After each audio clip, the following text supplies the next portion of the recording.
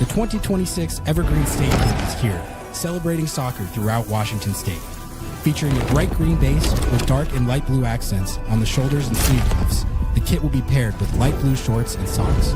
Inspired by the club's Forever Green and For Evergreen motto, the Evergreen State Kit embodies the spirit, texture, and landscapes of the Pacific Northwest. Continuing the club's long and proud tradition of Northwest inspiration, the Evergreen State Kit includes 52 sparks for the 52 mini pitches built in communities across Washington by the Ray Foundation.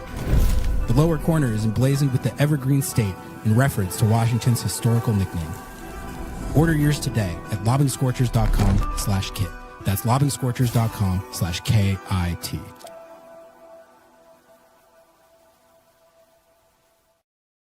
Good morning, everybody, and welcome to another episode of Lobbing Scorchers Kickoff. I'm Ari, that's Nico, and we have got a lot to get to here this morning.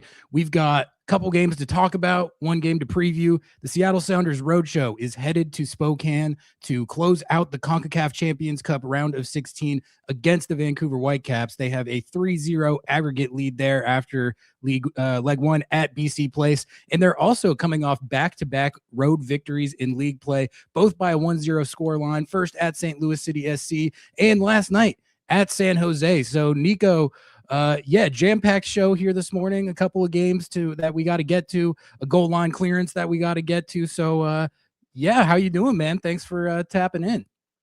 Happy as always, Ari, just to be able to come in here on a Monday and bring a little bit of sunlight into the Pacific Northwest, baby, or at least to the Seattle area, because we got nothing but good things to say about the team. A couple of greedy wins, one particular that was impressive and dominating, and another one that was just as impressive, but more in the just effort and intensity department. So a little bit of everything from the Sounders, looking at their depth, their system, and just the ability to continue to get these road wins, man. So yeah, I'm excited to be on today. Intrigued on the chat, see what people have to say.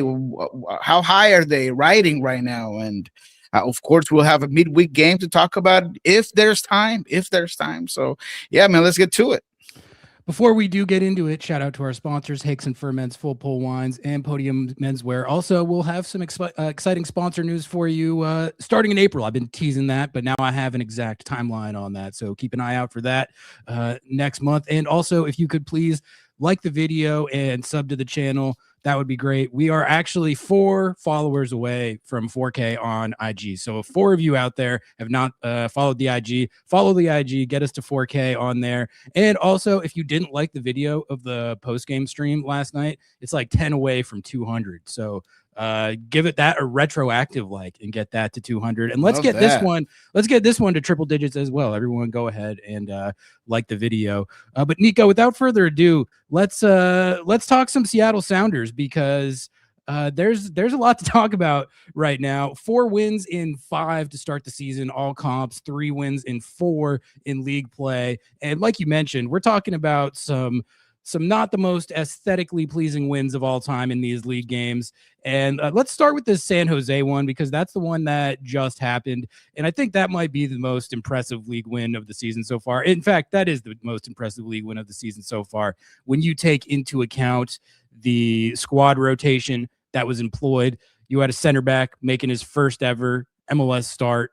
You had Cody Baker out there. You had Nikola Petkovic out there. You had Pete Kingston out there. This was a very rotated lineup, and it's the type of lineup where I think in years gone by in CONCACAF Champions Cup, this type of lineup definitely probably doesn't take a win under these circumstances. You know, we've seen them grind out draws and get points in these situations before, and it's the type of game where if you grind out a draw, it's like fine, because of you're going for it in CCC. And when you're balancing these competitions, sometimes you sacrifice league form and you have to rotate for these league games way more than you normally would. That's the situation they were in last night.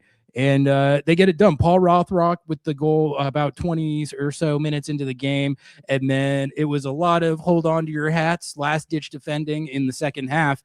But I think we can start there, because we talked a lot about the defense last night. And we've talked a lot about the defense on this show dating back to last year about how there were a lot of situations where they were in situations like they were last night, and they would give up the goal. They would give up the goal that sacrificed the 2 points. Draws were turning into losses, wins were turning into draws. That was a theme last year, and that was one of the biggest things that we were hoping would change this year. So I think it's at the very least encouraging to see them gut these out and get the 1-0s actually over the line. Like, it doesn't need to be pretty in these situations. It doesn't need to be the most fun thing to watch. You just got to be able to get it done, and they were able to do that with this lineup. And I mean, there's a lot to talk to with it, Nico. So where do you want to start with as far as what you saw from the defense, both last night, but I guess over these last couple league games on the road here? Look, I would start by saying that I thought that the Vancouver win, the 3-0 win, was a statement win for the Seattle Sounders. Brian said it's a little too early to say that, and that is very Brian Smetzer-like. He does not want to get too high or too low in any particular game. That is savvy. That is a coach that has been there, done that for once, and two, understands that he's got to keep this team motivated. But this second one, I mean, is just as close to a statement win as you can get, because if there was anything that we discussed over the offseason, it was that this team was pretty deep, and that there was a level of continuity and chemistry that would allow this team to hit the floor running in 2026, and that their floor was going to be incredibly high regardless of the teams that were playing. And that depth has been tested beyond what we could have ever imagined. Right? No Jordan Morris, no Yemer Gomez Andrade, Hassani Dotson with a concussion protocol. I mean, injury after injury after injury, no Kim Ki-hee, no Ryan Saylor. I mean, the depth has been tested to the point that now you are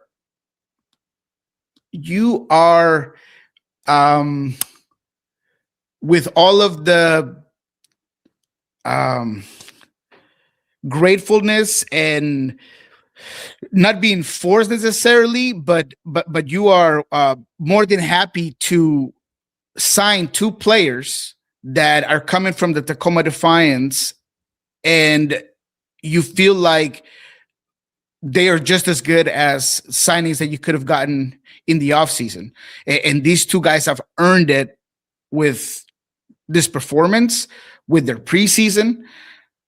And I'm talking about Peter Kingston and Tino Lopez, right? Those are the 2 guys that in this particular games were getting their first starts ever. Peter Kingston, his debut ever with the Sounders, and they absolutely killed it. So the part of it being a statement win is that this is extremely Seattle-like, right? You got a dog at right back like Cody Baker, a local kid, a kid that has been working hard, that has been waiting for his chance to get there. He has to go against Timo Werner, right? Just that start. His first start of the 2026 campaign goes against Cody Baker, and Cody Baker, look, he didn't lock him down. I mean, Timo had moments, but he held him. He was able to contain him a bit, right? And that is phenomenal for a kid that age, right? You had Captain Nuhu, right? A defender that you have had for a very long time, that you have molded, that you have gone with the good and the bad. Now you give him that captain role, and he has another big game for you. So from start to finish, to the depth, to those players that started this game against San Jose, I feel like there's a debate on which was a bigger statement win. This one against the San Jose team that was undefeated, that had not been scored on at all, with 7 new players in your lineup, or a 3-0 win in CONCACAF Champions Cup against one of the best teams in the Western Conference. So I leave it to you. I don't know which one's better. Oh man, I mean, I think they both, like you said, have the similar effect, but in different ways. Because I think it's kind of hard not to look at that result in Vancouver as kind of a statement. Because I mean, look what Vancouver did over this match day. They beat Minnesota 6-0. They took out all their frustrations from that leg one on Minnesota United, who, I don't think any of us expect Minnesota United to be particularly good this year. But even so, 6-0 is a 6-0. And to me, it just shows that it's not like that result in Vancouver was due to any sort of narrative about the Whitecaps not being as good as we thought. Like, no, they are one of the best teams in the league, one of the top 2, 3, 4 best teams in this league right now. And Seattle did that to them, and then they go out and 6-0 their next opponent. So I think that is definitely a statement, but I think you could also look, both of these games against St. Louis and now at San Jose in a similar light as far as just improving on the stuff we saw last year when this team was in these situations. So all that is great to see. It's encouraging to see them to be able to gut out these wins while they're rotating. That's something that all good teams need to be able to do. And if you could actually take wins in those situations, you're going to be in a good spot as far as playoff seeding goes. So all encouraging stuff. But Nico, let's talk about Tino, because that was pretty incredible. I don't think any of us really knew fully what to expect. He got on the field in Vancouver and had a nice tackle, and I was like, all right, he looks like a lot bigger physically than I thought. And maybe they're onto something here, but you don't really know until you see him play. That goal line clearance, I mean, I was trying not to be prisoner of the moment and overreact recency bias last night. I think that goal line clearance was legitimately one of the best individual defensive plays I've ever seen from a Seattle Sounder or anyone, honestly. Like, it doesn't get better than that. It was actually an even crazier play than I thought, because I feel like with goal line clearances like that, the way you usually see it is like the one that Nuhu had in Vancouver, where it's sort of like a low shot, like it's either a low driven shot or like rolling on the ground, like Nuhu had. This one actually popped up into the air off Andrew Thomas, and Tino ran it down and caught it out of the air. Like, it was not a low shot that he had to clear off. Like, he had to run that thing down and then track it and then catch it out of the air to get it out of there. Just insane play. Insane play. Like, what did you think of that play, Nico? And then also just Tino in general. Schmetz said after the game, which this was kind of a rare move, but he just announced that Tino's off to the first team after that game. He said something in his press conference to the effect of like the contracts in the mail. I mean, hard to argue with that decision after what we saw in that game. Look, it's pretty funny that that's how the press conference started. I wasn't part of it, but I heard it after, and the game wasn't even over before I had put on socials that we had seen enough out of Tino Lopez to sign him, but that I also thought Peter Kingston should be the next one to be signed, because both were phenomenal in this particular game. And he started off, Brian Smetzer did, the press conference by saying, I'm not only going to be signing Tino Lopez, but I'm also encouraging Craig to sign Peter Kingston. So both well-deserved, but let's talk about Tino. I have been talking about Tino all preseason, and I was very skeptical about the Ryan Saylor move. I was concerned about Kim Ki-hee and that calf issue that has been a problem since last season. However, I understood why you would bring back a experienced guy that was good in the locker room, that you could count on if you needed him, on a veteran minimum. But I had concerns about what would happen if he was going to be hurt for a long time. At the time, I didn't quite know when or how quickly he'd be back on the field, because he had a procedure done to take care of that calf issue.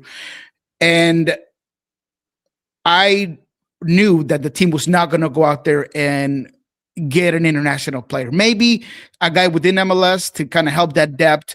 But when you have Stuart Hawkins and you have guys that you kind of want to see get minutes from your either academy or Tacoma Defiance, you don't want to bring in a guy that's going to block those minutes. So Tino Lopez was the one for me that I thought was a clear cut. You got to sign him right off the bat. I remember talking to Danny Jackson. He's part of the commentating crew for KJR, 950 KJR. No, this is it 99? 93.3, yeah. 93.3, yes. 93.3 KJR. And I told him, I said, look, this guy right here, this is the guy that the team needs to sign to make sure that they're not having to bubble wrap Jackson Reagan and Yemer Gomez Andrade through TSA anytime that they go to one of these road games. And he showed up, man. He absolutely showed up. I thought that his willingness to not just be physical and defend and track and his open field defending, right? When you have to get out to certain parts of the field where there's a lot of open space was great, but his confidence to be on the ball and push forward. And there is that one possibility that he crosses into Jesús Ferreira where Jesús maybe could have tried to go in the inside of the defender.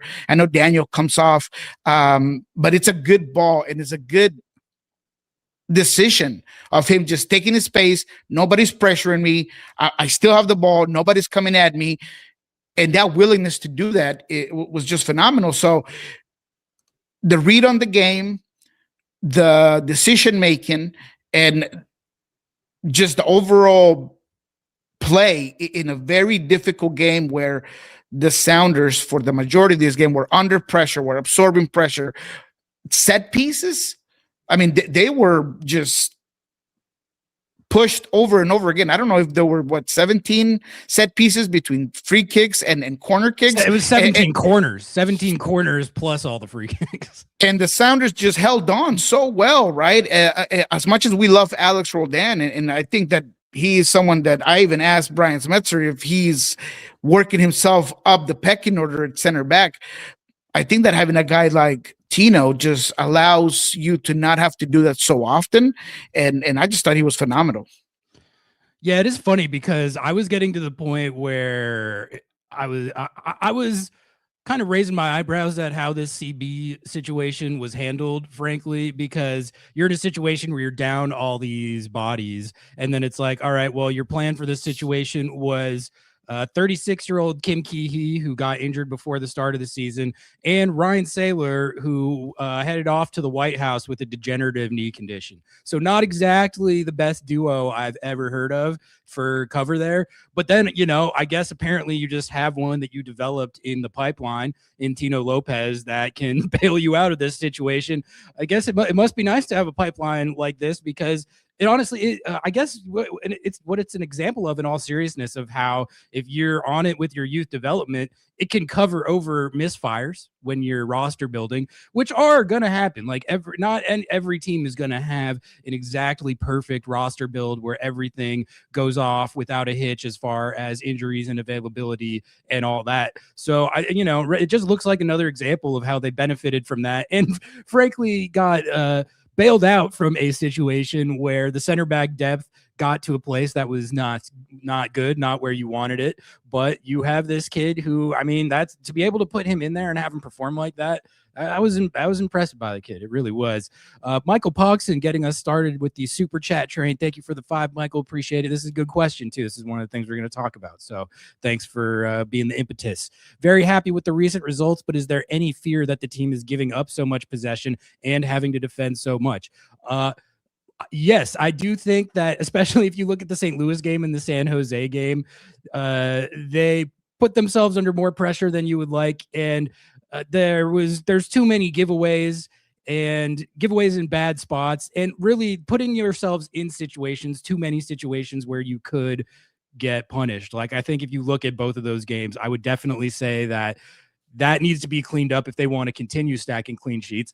At the same time, I do really think that there's a character building element of that. Like, you have to go through those situations as a team to be able to learn how to deal with them. And especially when you're playing on the road, especially when you're rotating, there are just going to be sequences of these games where you are under it, where the other team has more of the ball, where they are putting you under pressure, where they are pumping crosses, pumping free kicks into the box. You got to be able to deal with that. And Jackson Reagan was crushing it yesterday. Just anytime there was a cross or a corner kick or a free kick coming in there, he was heading it out of there. That was big time. Tino was great. So I think it's both things. You want to balance it. Like you don't want to be giving the ball away as much as they are and yielding as much possession as they are. But at the same time, when it does happen, which it's going to, part of being a good team is knowing how to I think the term we were talking about last night that coaches always use, you got to learn how to suffer together. And I think the St. Louis game and definitely this game where they were as rotated as they were an example of that. But Nico, what do you think of this? Yeah, I'm not concerned at all. I think that it is a very good way to have a secondary approach to games. And I'd be concerned if there were two things happening. One, that this was a constant when it came to that starting 11 or your A team, if you will. And then number two, if there weren't enough chances being generated out of being purposeful with possession, right? I mean, a lot of times a team can have 60, 70% of the ball and not create a lot of opportunities. And I thought that specifically for that Vancouver game with, your best 11 on the field for the majority of it, you created a lot of opportunities. You were able to pass through pressure. You were able to get width out of your wingbacks or wingers, or in the way that you build out from your own end. So I don't hate it. I think that I would much rather have a team that is dangerous with, 37% of possession that they had against Vancouver, than one that isn't with 60% of the ball. Now, I'm not encouraging the team to be a group that plays against the run of play, because that's not what I know for a fact. That's not what Brian wants. He would never encourage that sort of play. He wants to possess the ball. He wants to be a protagonist. He wants to play good soccer. He wants to build out of the back with possession.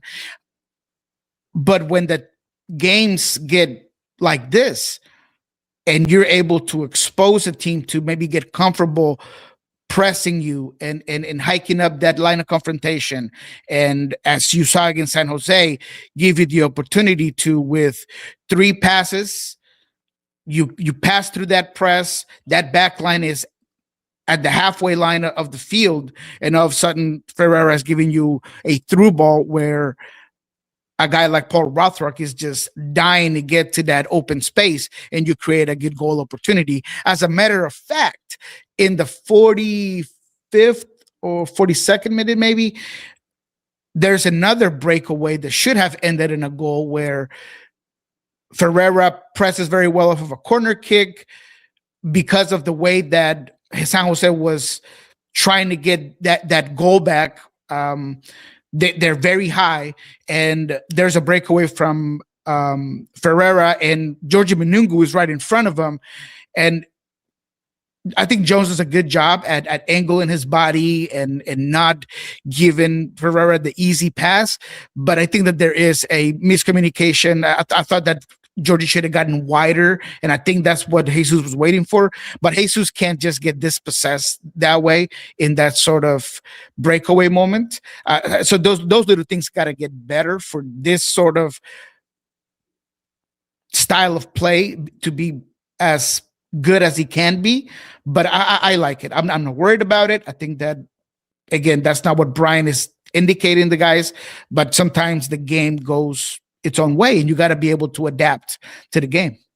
The one thing I will say is they gave up 17 corner kicks last night, and then they also gave up 11 in Vancouver. So that's 28 corner kicks over the last 2 games. Nice little average of 14. Yeah, that's too many corner kicks, especially when we're talking about guys like Seb Berhalter, probably the best free kick taker in MLS right now, and Timo Werner, who he was pumping those corner kicks in there. And there seemed to be polarized thoughts on how he looked. I thought he looked pretty good, Nico. I thought that Great. yeah, I thought he was he looked motivated. He looked explosive. He's a fast dude. I haven't really watched him play all that much, to be honest, in his career. I know about his career and his name and the stuff that he's done in his career, the clubs he's played for. But this was the first time I think I've probably ever watched him for a full game. I was like, all right, I actually can see how this could work in MLS.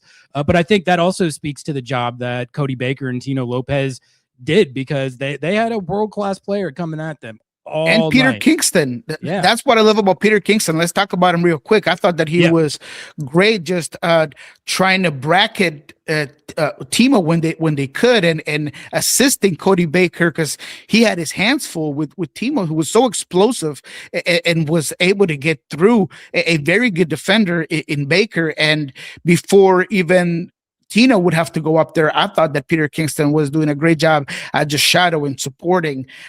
Those runs that he was making defensively were phenomenal.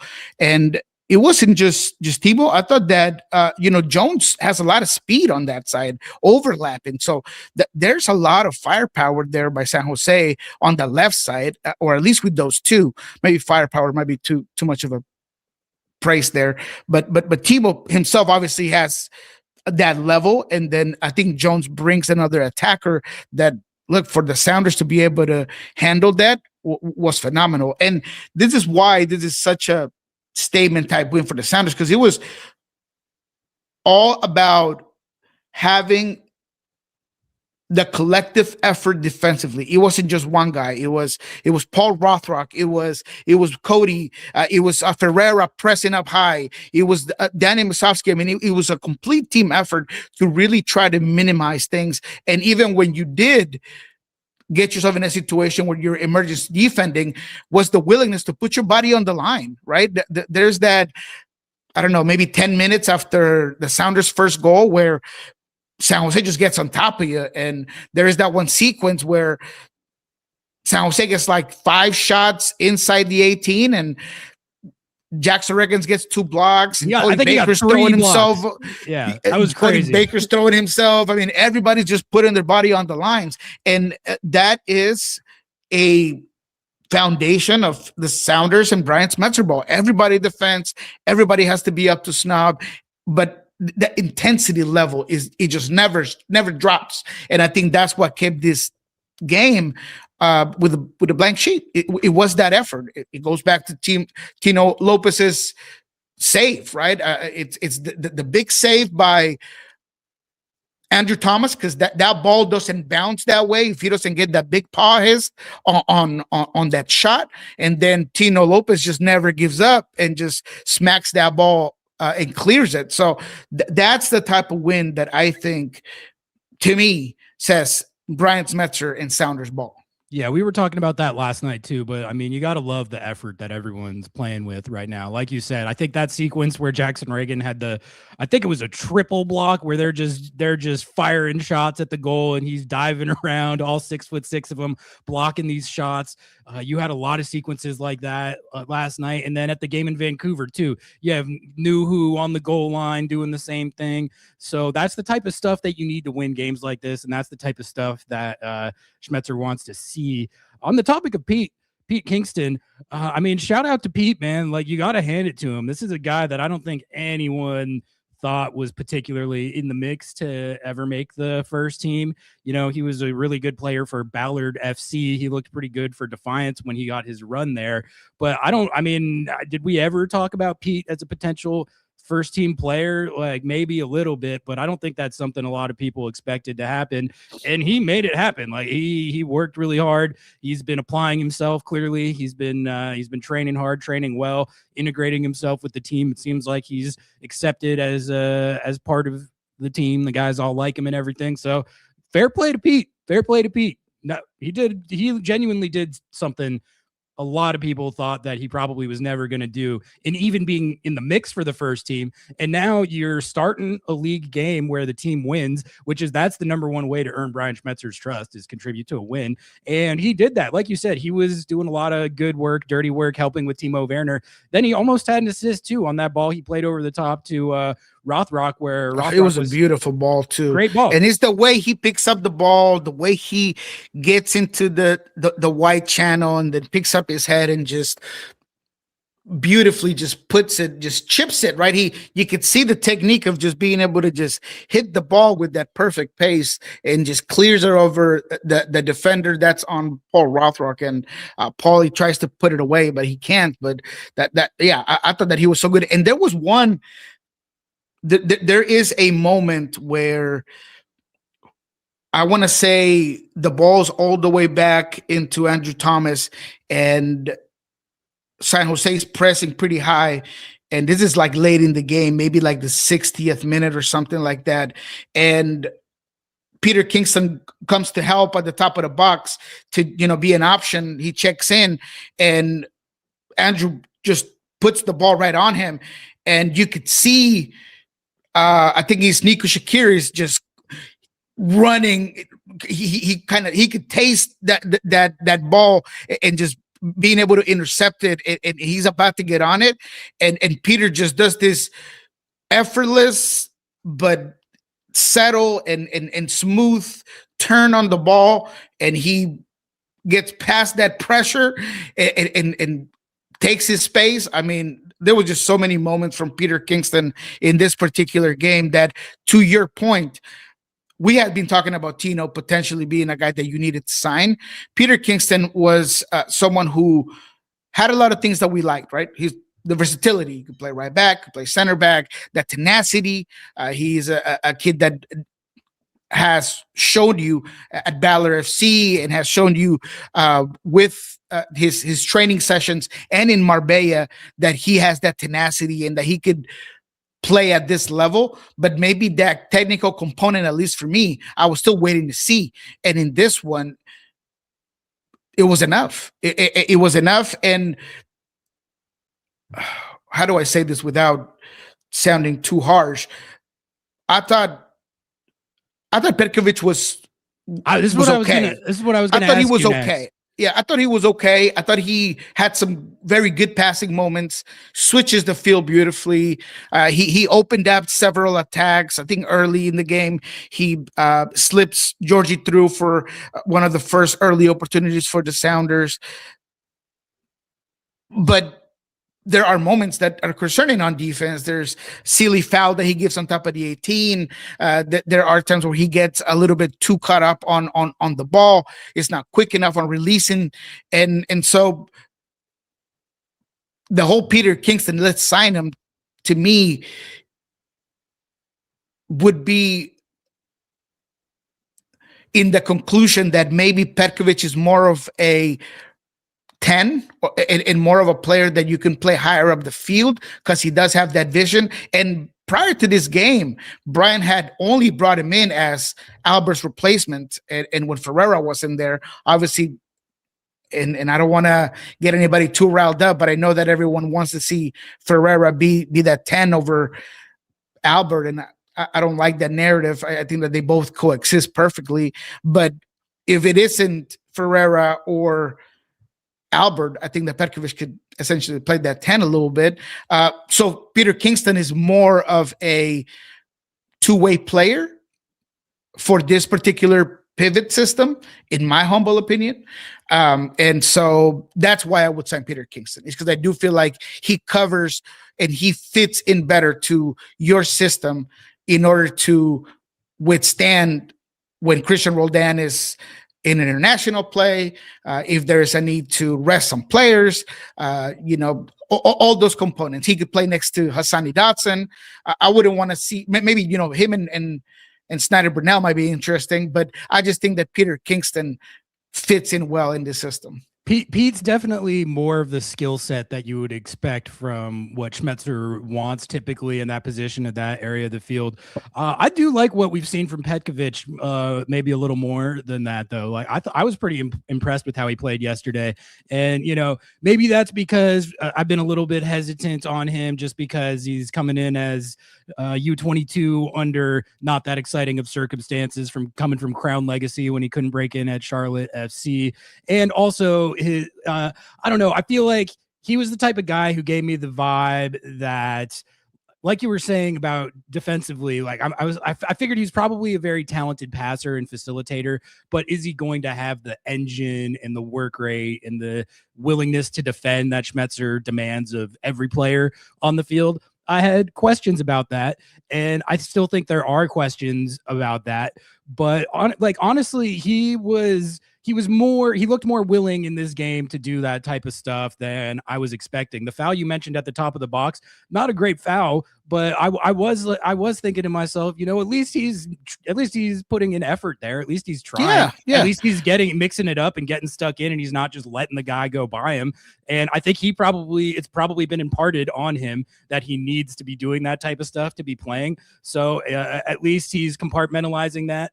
And, I think it's probably not really the type of player that he is, but the stuff that he does bring to the table, I think could potentially bring a lot of value to this team. I mean, some of these through balls and switches that he's hitting, it's kind of a new little element where if you can get him playing the way that Schmetz wants a Sounders midfielder to be playing, as far as the all-around game and the all-around work rate, kind of like you were talking about with Pete, there could be something there as far as him making a genuine contribution to this team this year. And he's definitely got good vision. He definitely is a very, very good passer. And you're actually seeing that come to fruition in the games so far. Even in the little cameo he got in St. Louis, I thought that you saw a little bit of that. And then in this game, I thought he had like 3 or 4 really good dimes that were proactive and setting the team out on the attack. So I would say on the Petkovic thing right now, I'm pretty happy with what we've seen so far, and I'm cautiously optimistic on him, which is a better place than I expected to be. I was sort of thinking of him as like house money this year. If you get anything at all from him, great. But realistically, U22s don't really hit that often, at least not to a real needle moving type level. And also, I think there were these questions about how his skill set would fit on this particular team. But I think so far, I like what I've seen a lot more than I expected to. Yeah, I think he's okay. I think that the main reason why I'm not over the moon is because of the future price tag. I mean, I definitely would not pay $1 million plus or close to 10 money for a player of his characteristics and what he could provide. I honestly think that he is just a Danny Leyva replacement. I mean, I actually thought that Danny Leyva, his defensive output had gotten so much better, his dynamism, that he had the passing, he had the vision, he had all these things. He's pretty similar. He's pretty similar to Danny Leyva. Very similar. So that's kind of where I'm at on that. But I will give him this though, that I thought this is the best game I've seen him play, and he was actually a lot more, like you said, willing to defend. There was a couple of repress moments where he is angling his body correctly. He is putting his foot on the line. There's a couple of moments that I remember him being very proactive defensively. And then along with the passing, there were moments that I thought that he passed and moved into really good positions. There's that attempt. He's not a very good attempt, but he takes a shot from top of the box. Daniel stops pretty easily, but I like that sequence. I like that. No, that sequence starts very good because he actually puts the ball through initially, and then he makes that run late, gets on top of the 18, and then he takes that shot. And I do like it. He had 2 shots, right, that he is at least attempting to put in there. And I like it too. So there are things that I think are solid. I thought Peter Kingston was a better, more complete overall throughout the whole game. But yeah, there's things to like about Petkovic. Jesús Ferreira, Nico, another assist, another class assist that gives him 5 in 5 games across all competitions. 4 if you want to be the primary or secondary assists don't count guy, but even if you want to be that guy, that's 4 primary assists so far this season. And this was a tasty one, Nico. I mean, that ball that he hits to Paul Rothrock, it don't get better than that. That was a beautiful dime. Shout out to Georgie on that play for being offside. But yeah, exactly. I was proud of him. That was a situation where he could have got excited and tried to receive that ball when he knew he was offside. And I think it actually ended up serving the purpose of throwing off the defense a little bit, because you had a couple of their guys putting the hand up, and it's like, that's not who he was offside, but that's not who the ball is going to. The guy who the ball is going to is very much onside, and he's about to score on you. So shout out to Georgie for that. 4D chess, providing the distraction, but great dime by Jesus. And he has just been in excellent form to start the season here.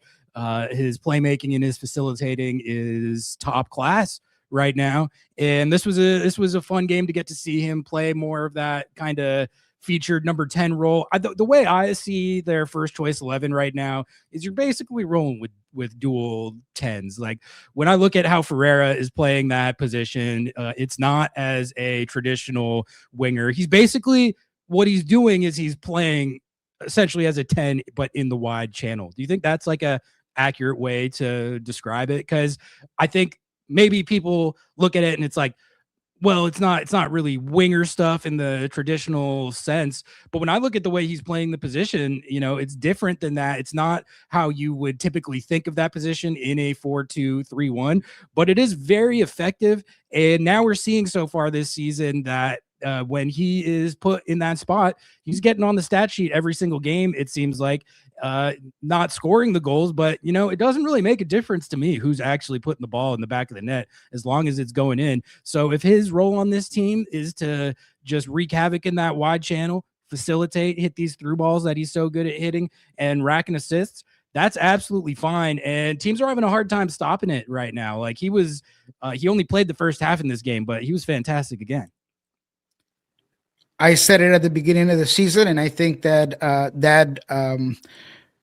segment that I had with on the sidelines with Ethan Reynolds is aging like fine wine. I said Ferreira is going to have a big season, and if you thought that bringing in Jesús Ferreira was a mistake, or that he is not worth having in this team, and that he's not an X factor, then you don't know ball. And that has aged pretty well. I'm not ready to take a victory lap just yet on that, but it's pretty aging, close. I'm pretty close. He's aging pretty good. And so I just think that he's your most influential attacker. And it's as simple as that. And don't allow Brian Smetzer's attempt to gaslight me and give me crap keep you away from realizing that when you're a pocket winger, you're still going to be a winger. I mean, you're not just going to play the pocket.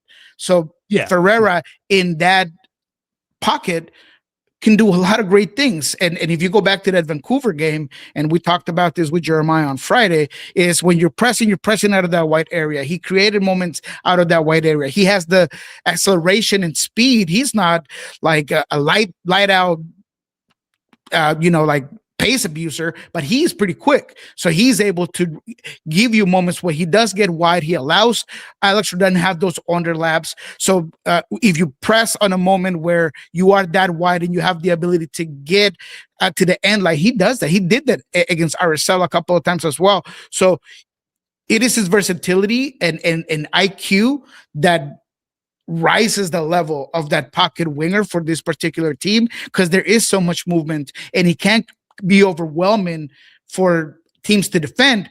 And I think in transition specifically, it's just the biggest, most important player that you can have in those transition moments. So I love it. I thought that the pass that he made is chef's kiss. I mean, it's absolutely delightful. The vision to, first of all, you got to credit Paul as well, because he is dragging back a little bit before that pass from Danny Musovski to Jesus. And when he sees Jesus come inside, he makes that run pretty strong, and they almost like lock eyes. And then you see Jesus just play him into space perfectly. So I just think that Jesus has been phenomenal in the attacking end for this team. I think he's going to continue to be a huge starter. I understand why people like to reason that he should be the number 10 for this team, but I think that you take away from some of those things that he does do wide. And in this game, he did phenomenal at the 10. I'm not saying he can't play it. I just think that when you have the whole point of the Sounders right now, when they have the ball, is to have as many creative players right behind that 9 to unlock some of that wide play and give more services to your 9. Now the 9s are doing a little bit more of that hold up play, and they haven't really gotten there, but everything else is working so perfectly that you want to keep that. And I think that having those 2 creative players helps. And even when maybe Albert came into this game and he didn't have a phenomenal game, and so people hang on to that, I think that once this team is in full health, those 2 are going to have a field day with Jordan Morris, with Pedro de la Vega, and there's going to be so much movement in that attacking third that they're going to be a problem this season. Ryan coming in with the $1.99. Thank you, man. Appreciate the support. He says, what effect will Jordan Morris have on his return? He's talking Jesús Ferreira there, or what do you think, Nico? No, I'm thinking, can he and please correct me if I'm wrong. What I'm guessing is what type of effect and what can he give this team that's different? And I think that he can give a different profile style of a 9, and that having that type of speed up top, I think is going to be important. A lot of people tend to, and I'm not saying that Jordan Morris has not lost a step or 2, but he's still a very explosive player. I think so too. I think I get all the injuries, but when he has played over the last year, I think he's still, to me at least, he's still looked like he has a lot of those same attributes. Yeah, and look, I've always been who I am, and I've criticized Jordan when I had to, and there were moments when I thought that his finishing wasn't his strong suit, and at the time that stood pretty straight up. But I do think that he's grown in so many ways. He's grown in his finishing, he's grown in his hold up play, he's grown up in his link up play. Unfortunately, he's been hit by all these injuries, but he's really sharpened and fulfilled those holes in his game to make him a really good 9. So I think he deserves the benefit of the doubt that he's going to come in and give you a more lethal 9 than you currently have. And now I do think that Rosario has had moments and just haven't been able to put away. Then Musovski has gotten chances, but it was disallowed, or he wasn't able to get it there. But I do think that Jordan provides a better, more dangerous 9 that's going to really demand those center backs to occupy him more often than you're having now. And in breakaway moments, he's a guy that you're going to be better in transition than what you currently have. So I'm excited to see him. I will say this, though, I think they're going to be cautious. And I hear Brian writing everybody up about Spokane. There's no way, in my opinion, that he plays in Spokane. Maybe over the weekend he can play a couple of maybe 15 minutes, maybe 20 minutes, but he just needs to be carefully ramped up throughout the training sessions of the week before he gets any significant amount of time. The notion of him playing in Spokane, I was not really even thinking that as a possibility. So it might not happen, but the fact that Schmetz is saying that, I think, suggests that he's closer to coming back than at least I thought. Oh yeah, 100%. And I do think that when we're talking about what effect that could have, I kind of see him as a more polished, a more experienced version of Osaze. I think when you're talking about Osaze versus Moose, which we'll talk about, Osaze's skill set is a lot more akin to Jordan than Moose's is. And I think that's a lot of why Osaze has been the one who's getting the starts in these games. But let's talk about that because, obligatory Osaze versus Moose debate while Jordan is still working his way back. And Nico, I keep flip-flopping back and forth on this, and I continue to flip-flop back and forth on this. But I think last night finally kind of solidified how I feel about it, which is that with Moose, you got a specialist who's really, really good at one thing, and he is very good. It happens to be the most valuable skill probably that you could have in the sport, which is volume goal scoring, and he's so good at getting in the spots to be able to do that. And I do think too, Moose gets talked about in a way of he's good. He is good at that one thing, but he's bad at everything else. I think that's a little overstated. He's able to play within the offense at a reasonable level. Like even on the goal last night, he finds Ferreira in that space before Ferreira pings that to Rothrock. So I think Moose gets a secondary assist on that. So it's not like he's totally hopeless in those situations. But the reality is Osaze offers just a lot more in terms of hold-up play, in terms of his work in possession, in terms of his link-up play, and really just how he positively impacts the functioning of the entire offense, to where when you looked at how it looked with Osaze on the field versus how it looked with Moose on the field, it felt like the offense was just humming more, functioning better with Osaze up top. So I get why they've been continuing to start Osaze, even though he hasn't been scoring because of all that stuff. He does need to start scoring, though. Like, you need goal production from that position. And I still do think that it does look like Moose is the more likely one to offer you that in terms of his track record last year, but also up until this game last night, I feel like Moose has looked really good. I know he hasn't technically gotten on the score sheet yet, but he was a borderline offside call away from getting the equalizer in Salt Lake. There's been at least 2 or 3, probably more, other sequences where he's been in his trademark right spots and either hasn't gotten found or barely missed getting to the ball. But I can think of 2 instances in the last couple games for Moose where he was wide open for a tap in and the guy who was supposed to pass him the ball just didn't find him. So that is all good to see. And I think that Moose had been playing well. I think if there's 2 guys that didn't have great games last night, I would say Moose and Albert Rusnak would be in there. It was a big night for the Rusnak brigade last night. They were having a field day with his substitute performance, which that's fine. That's to be expected. I do think that you could point to a bad game. I could also point to a lot more good games, probably. But the point is, Moose, I think by and large has actually looked pretty good this season so far up until last night. But I think Osaze he's just a more well-rounded player. He offers more to the whole offense. And I think that continuing to run Osaze is the right decision, because you don't want to bail too early in a situation like this. You got to give him the time to work up to his top level, which I think that's what he's doing. And show the faith that if you keep running him and he keeps doing the right stuff and he keeps working hard, the goals and the chances will eventually be there, and they'll eventually come, and he'll start getting on the score sheet. Like, I really think that I don't think it's banging your head against the wall with it. I think you keep running him, you build his confidence, you tell him to keep working hard, and the goals will eventually be there. So that's what I'm hoping. And until Jordan gets back, I'm fine with them continuing to run Osaze. What do you think? Yeah, I like Osaze. I'll keep it that simple. I think Danny gets himself in some really good opportunities.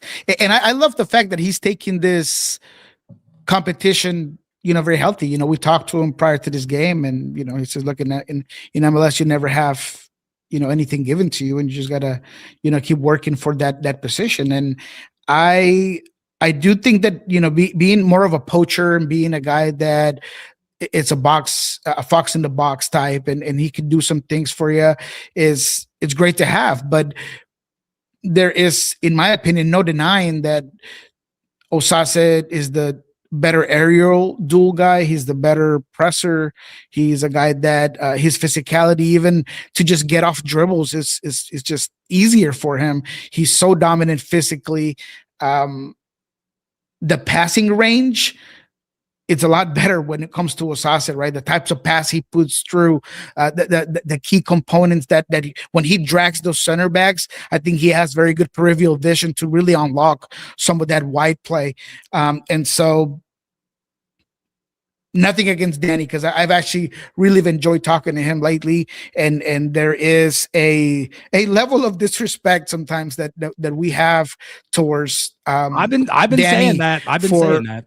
For everything that he tries to do and brings to the table.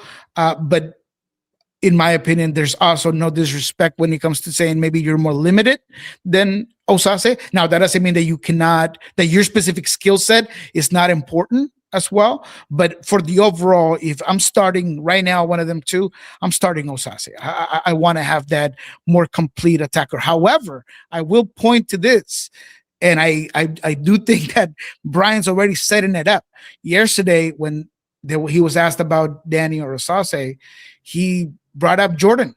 He said, I have 3 really good strikers. Okay. That's okay. He brought him on because I really don't think that Brian wants any part of having to remove, like once Pedro gets back to full health, there's gonna be someone that comes off in this attacking lineup, and you don't want to necessarily choose.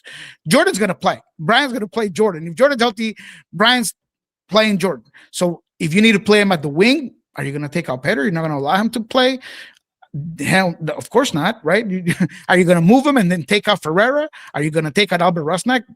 No. So he is going to want to play him at the 9. And I do think that's great, especially because both of these guys, to be fair, both Osaze and Danny Musovski have had their chance to win that striker battle, and they haven't.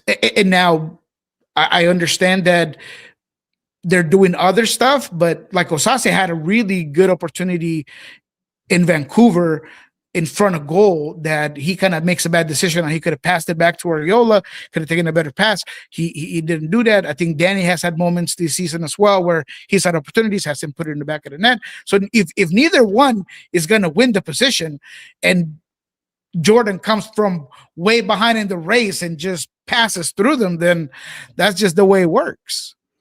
I have 3 strikers. I have 2 starting goalkeepers. Yeah. Just don't answer the question. 100 viewers and only 30 likes. That's unacceptable, chat. Everyone, please like the video. Let's get this one to triple digits. Come on now.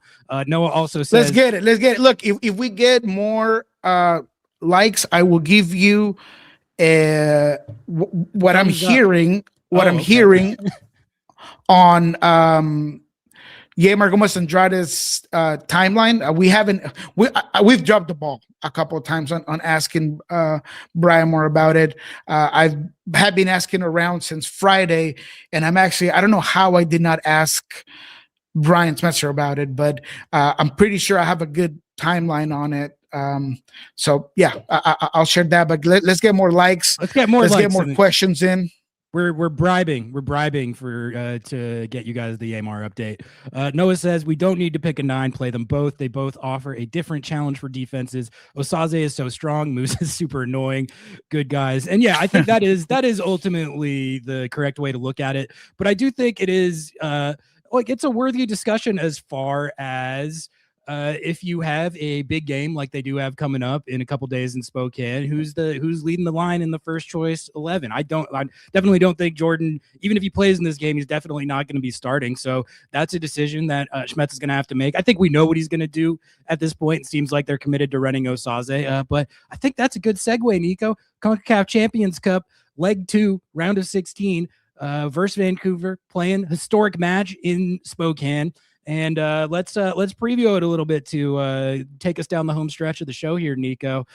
3-0 aggregate lead over Vancouver after a really fantastic performance at BC Place. I think everyone is feeling good about Seattle's chances of advancing. I think everyone's looking forward to seeing what this game in Spokane is like. I'm excited to see what's up with it. We're gonna be heading out there, so it's gonna be a lot of fun. But as for the game itself, Nico, I mean, let's talk about how you approach this thing, because I was talking about it last night, and you do have a very commanding lead in this situation. And the tough thing when you're the team who's behind in this situation is that you cannot. If you're down 1-0, you can be more tactical with it, right? You can be a little more conservative. You can sit back. You can look to kind of poach one on the counter, and even one goal kind of flips the complexion of the series and changes a lot of things.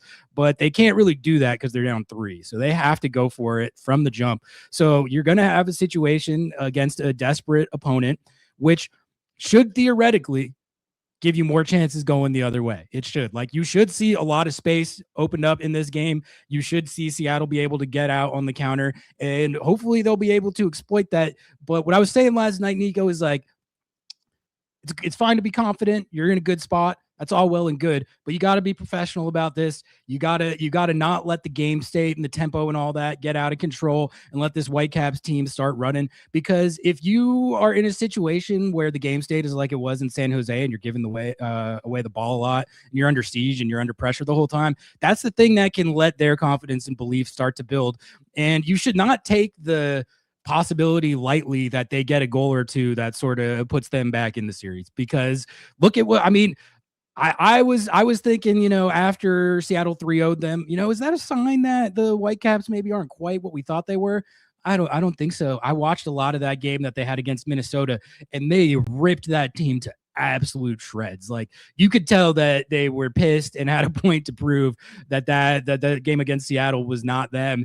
And so when you look at that, when you look at the fact that they came back out and 6-0'd their next opponent immediately, I would just be I would be wary of that. You cannot look past this game or think that you've got it in the bag just because you're up 3-0. Now, I do think that Schmetzer teams have a good track record by and large of when they're in an advantageous position in tournament play. They've been pretty good about being professional, seeing it out, and not letting anything crazy happen. But you still got to go out there and do that. And you got to find the balance of, if they sit back at all and let you just knock the ball around, as long as it's still 3-0 on aggregate, literally just knock it around, like, for as long as they'll let you, make them press you. You got no reason to be throwing numbers forward with abandon and like chasing an opening goal like crazy. But at the same time, like, you do need to be trying to if you get the first goal in this game, that's effectively a wrap on the series. Like, it's not like actually a wrap, but at that point, if you make it 4-0, that just puts them way in a tough position. So you gotta try and get that goal. You can't be just fully bunkering and absorbing, but you also you got to be willing to slow it down, knock the ball around when they let you, and really just try as much as you can to not let the game state become what it was in San Jose, because that's the only thing I think where it gets scary. But anyway, Nico, how are you sizing up this first ever game for the Seattle Sounders in Spokane, up 3-0 on aggregate? Yeah, look, before we move on, I just got to say two things that are on my notes that I'm not going to just keep. I don't think we talked enough about Paul Rothrock. So I just think in the last game, he was man of the match. I know that Tino was given that, but to me, man of the match was Paul Rothrock. He was so relentless. He was such a problem. He, the finish, the intensity, how much he just completely demands from defenses and just wears down that side. I just thought that he was man of the match undeniably. And then to move on to CCC, if there's anything that I think Brian's really cooking on is the two starting goalkeepers, because Andrew Thomas was phenomenal. I mean, he was huge. He was so good in this particular game. And I thought that in the first leg at Vancouver, I thought that Steph was also pretty good. So now we can move on to this particular game. And I think you're right. There's a lot of different components that we have to be mindful of. There was no Andres Cubas in leg one. He's going to be back. He's a big deal for this team. Thomas Mueller did not start against Minnesota. They're letting him rest. They want him to be completely and ready to go for this game against Vancouver. So he's going to come in rested. They pulled off Ocampo pretty early on. They pulled off Sabi pretty early on. So Jasper Sorensen, by having a 5-0 lead, like in the 50th minute, he was able to manage the minutes that he wanted in the way that he wanted. So he is absolutely thinking about how he's going to get back into this game. And I do believe that he's going to be relentless right off the first minute. He's going to want to get an early goal. And that's where the Sounders are going to need to use this newfound. No, that's not fair. They've been very good in transition moments ever since last season because of their press and their ability to counter. I think that in this one, you're going to be able to have some moments where Vancouver is committing so many numbers early on that if you get one goal, you completely turn down the fire. You grab the fire extinguisher and you turn them, you cool them off completely, and then you're able to play your game. So Jasper Sorensen, right off the bat, I think he is gonna really push extremely high the line of confrontation. He's gonna add on everything he has into the attacking third, and he's going to want to get an early goal in this one. I mean, I'm not saying anything that is brilliant or never and nobody's ever heard before, but I do think that there is, I can't remember the last time that the Sounders went into a game with this much of a lead on a second leg. So that is something that I want to ask Brian about, is how do you approach it? But you have to make sure that this team starts at the highest level possible to absorb some of that pressure, but also push back on that pressure by exploding those spaces that Vancouver will give you.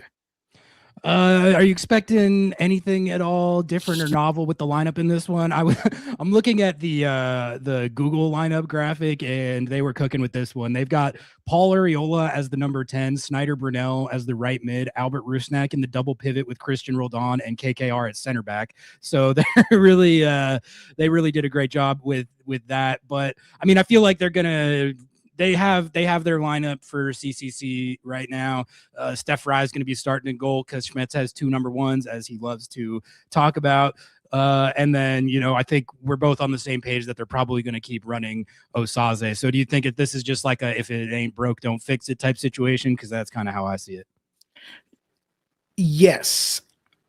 The only place that I think there could be something to think about, and that might be something that we can discuss, is did Tino Lopez do enough to make you feel comfortable to put him next to Jackson and play Alex Roldan at right back? That might be the only one that maybe you could tinker with. See, I just think KKR is on one right now. And like Tino looked great, and I definitely trust him kind of in any situation way more than I did previously, now having watched him play and make that insane goal line clearance. But I really think that they might genuinely be onto something with this back line, with Alex at center back and KKR at right back. Alex and Jackson Reagan at CB is like such a kind of dynamic distribution duo. And then Alex is he's very athletic. He's got the pace to keep up with these attackers, and that kind of just lends itself to that position. And then you throw in KKR's attacking prowess. I love KKR. Right back. I love KKR. He's freaking sick, man.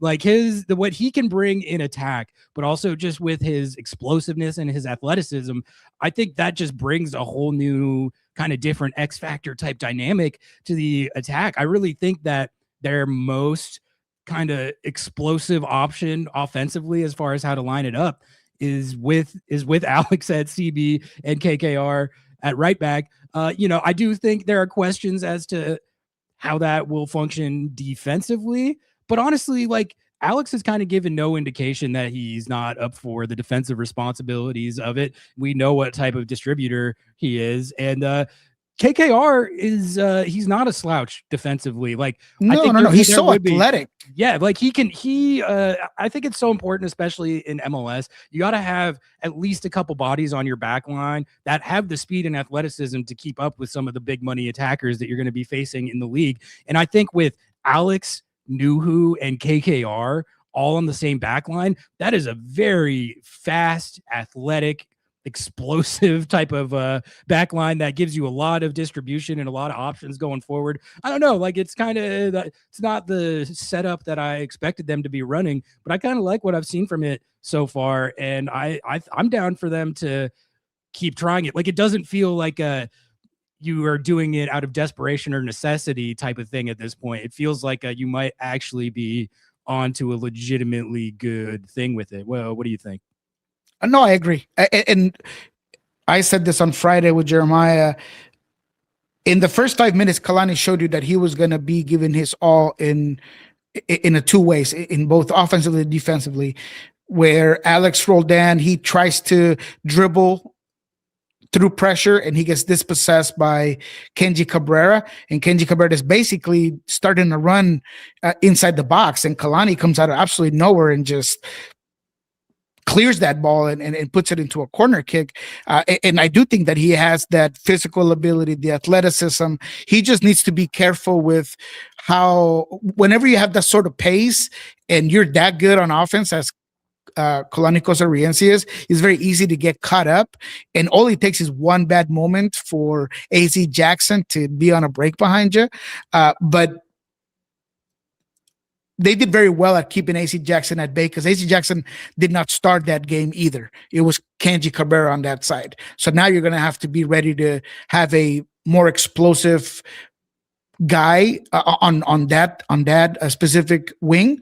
And so, can that pin Kalani back a little bit more? Maybe, but you just got to make sure that you are able to account for AC Jackson. So as long as he is mindful of his moments when he gets forward, I don't have a problem with Kalani starting. Again, I absolutely love Kalani. I think that he is a completely different profile than Alex. But I would not be, surprised if maybe that's the one place where Brian might tinker. And I mean, it's a big ask for Tino too. I mean, he just played some really rough, big 90 minutes. So maybe just leave it as is. And then the other one is, does Hassani come back from concussion protocol? I doubt that Brian moves that. Snyder starts. I think so too. I feel like not seeing him in this game. And, he came in like the 86th minute, Snyder did. I think it just tells me that he's going to roll out the Snyder Christian role. But those are the only two places that there could be maybe a change. But I think both you and I, and probably the audience, we can all agree that if it ain't broke, don't fix it. Does aggregate apply if they beat us on Wednesday? Yeah, so just to clarify how it works for anyone not familiar with CCC, yeah, like if Vancouver wins 1-0 or 2-1, it doesn't matter, because Seattle would still be ahead on aggregate. So I definitely, like, I would not be thrilled with the situation where they're down like 1-0 or 2-0 in the second half, because if they go up 3-0 in this game, then it is tied 3 road goals apiece on aggregate. And if it ends 3-0, is it extra time and then penalties, or straight to penalties, or how does that work? Can't quite remember. I think they go straight into penalties. I remember. You remember they had that. Is it straight? I think it's straight into penalties, right? Or was that Leagues Cup? We should know that. I forget. I think that was Leagues Cup last year. Never mind. Yeah, that's a good question. We can definitely look that up. I don't know if you want to look that up. How many likes do we have so far there, Ari? I can't tell, but I feel like we've racked enough. You can give the AMR update here as we're about to wrap up, and I'll all right. Yeah, so I know that we've kind of dropped the ball on this one, not asking Brian enough. As you all saw, and Brian has indicated, it's definitely a big injury. They send a test back to England. They usually do that when they want to take a deeper look at the injury. And as far as I've been able to find out, all the way through Friday, it sounds like it's a minimum of 8 weeks that Yemer will be out. Usually that 8 to me means 8 to 10, depending on recovery. Yemer has been extremely durable, and he does come back pretty quickly from injuries. But this one particularly does feel like the longest injury he's had since arriving in Seattle. Because 8 weeks is concerning.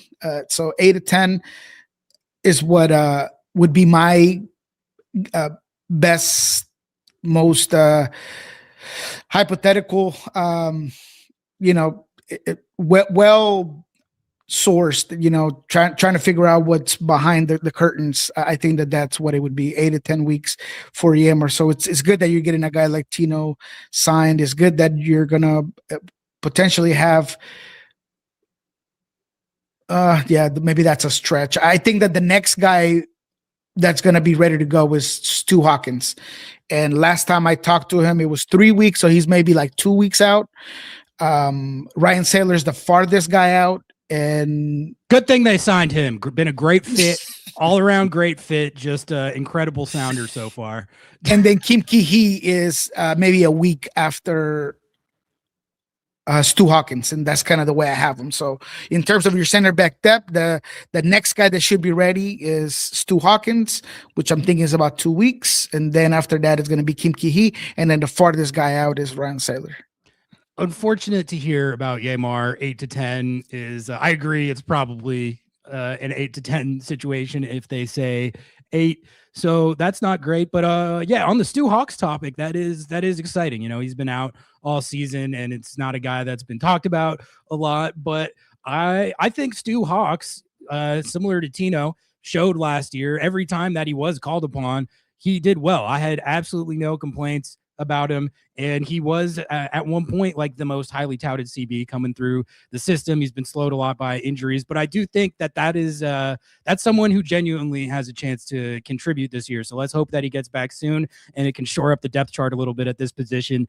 The emergence of Tino is great, but with Yamar out kind of long term here, you're going to need some bodies there to get through CCC and really just stay afloat. And the Tino development is awesome. Like that was one of the more fun young player performances. I know he's like 23. He played college soccer, so it's not like he's like a 17 or 18-year-old coming through the academy, but he had not started an MLS game, and for him to do what he did and get that crazy goal line clearance, that was one of the most fun moments of the season so far. And when you make the highlight reel of this season at some point, that's going to be one of the first plays on the list. That was honestly an all-time great moment for a Sounders defender, in my opinion. Nico, just a few more minutes to go, and then we can wrap it up for this episode of Lobbing Scorchers Kickoff. Thank you all so much, as always, for tuning in. And like the video and subscribe to the channel if you have not yet already. But Nico, anything else on your mind here to close it out? I mean, Spokane on Wednesday, so that's coming right up. 3-0 leads, so they're in good position. The other thing I guess I was thinking about is just FC Cincinnati. They're also up 3-0 on Tigres, but they are struggling with the juggling CCC in the season. They had one of those situations. This is when one of the teams that's newer to the league and hasn't been grinding these games for as long don't know how to do it. They got 6-1 against the New England Revolution with Evander out there. I watched a little bit of that game and he was out there. I'm sure they were very rotated, but it kind of shows, I think, that their depth is not necessarily cut out to balance these two competitions. But if they're throwing all of their strength at CCC, they would be a formidable opponent if that's who Seattle ends up having to play, if they move past Vancouver. I don't want to get too far ahead of myself, but I guess what I'm saying is, like, if they can just be professional and close out this Vancouver series, it's looking like they're getting a Cincy team that played fantastic against Tigres in leg 1, but I think there are questions with them right now of, I think, how deep they are to be able to withstand going for this tournament and also playing their league campaign. And it's kind of, it feels like it could be, again, don't want to get ahead of myself, but it could be one of these stars aligning type things. Like when Seattle's made a run in these tournaments in the past, I feel like there have been moments with the path where I've felt like, oh, wait a minute, if that team beats that team, then that lines up for Seattle. And then if they can just get past that, then all of a sudden, like, you're right there. It feels like CCC run is within grasp for this team right now, which is exciting. I do, man. It's interesting how things work, because there's used to be this maybe very true narrative, or maybe not, now that we're kind of getting into it, is that this CONCACAF Champions League, which maybe started a little bit sooner before, MLS teams were just 4 weeks into their season, while Liga MX teams were way farther along in their seasons, and so MLS teams would struggle. But that hasn't necessarily been the case so far. I think that the level of play and talent has elevated so much for MLS that now the MLS teams are, kind of running away with it. Even a San Diego team with, 2 players down were able to get awesome. a big win against Toluca, which is arguably the best Mexican team out there. And I think LAFC, maybe, they struggled there with a 1-1, but I think they'll go to Costa Rica and win. And speaking of Cincinnati, I do think that it does kind of fit in well for the Sounders to maybe get through. Tigres is not the Tigres of old, I'll say that. And so maybe I still thought that the Sounders would have a chance. But it has been surprising how good. I did not expect Seattle to be this good this early. I kind of mentioned that I thought that in the midway through the year, the Sounders will be able to fill up a couple of holes depending on what that assessment of the half of the season would be done. But they've been extremely good. And that Vancouver win was extremely encouraging. So look, if they can push past Tigres, I mean, if they can, if Cincinnati can beat Tigres, and I think that they will hold on to the result in El Volcán, I think that the Sounders are setting themselves up to have a really, really good long, performance in this CONCACAF Champions Cup, and I think they match up well with Cincinnati. And Cincinnati's coming off of a 6-1 defeat, and they just don't seem to be as elite as they once were. And yes, Evander's back, like you mentioned, but I think the Sounders match up well with Cincinnati. Since he's had some kind of weird vibes for a while. They had a really good season last year as far as point total. But remember, I feel like the narrative with them last season was kind of like, yeah, they were winning games and taking results, but not in very impressive fashion. It was a lot of like 1-0s and 2-1s where they were winning right at the end after not playing that well type stuff. So good team. Great player in Evander. Kevin Denke is a guy that is definitely very, very good and a physical load and all that. So not to be overlooked, but like what I was saying, like the Vancouver team they're playing right now, I think is better than Cincy. At the very least, I would agree. There's not that much of a gap between them, if any. And I don't think there's any way. I don't think anyone would rate Cincy over Vancouver right now. I think the most you could say is that they're kind of close. And I think personally that Vancouver's quite a bit better than them. So yeah, the midfield's just so much better for Vancouver. And I think that they play in wide areas better than Cincinnati. Cincinnati has 2 big weapons there with Denke, who to me is a very streaky striker either way. He's very physical.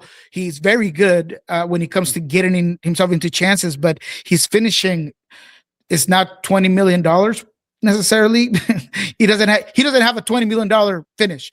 And then Evander, who I absolutely love. I think he's a phenomenal player, but he's streaky as well. And he's streaky, but he also has this, I don't know, bad record or people think that he gets down when the team gets down.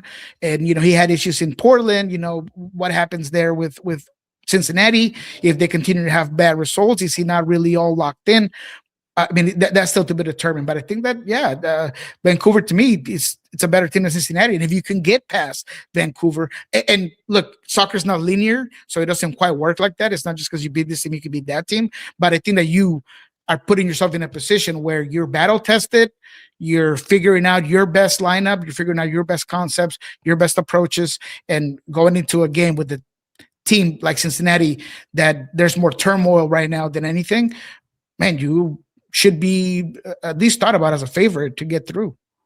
All right, I got to take off. So we're going to call it right there for this episode of Lobbing Scorchers Kickoff. Thank you guys so much for tuning in. Appreciate all the support. Appreciate all the love. It's going to be a big week. We're headed to Spokane. We'll see you all out there if you're going. Going to be a lot of fun to see what it's like. Soccer out in Spokane. Who would have thought? This is not necessarily what I would have thought is happening, but it's exciting. And 3-0 aggregate lead, so they just got to hold on, and then it's on to the quarterfinals, and the CCC run would keep going. So appreciate you guys tuning in. Like the video if you haven't. Like the video, sub to the channel. Get us to 4K on IG. We're 4 followers away, so help us get that one over the line. And we will talk to you guys this week. Love y'all. Peace.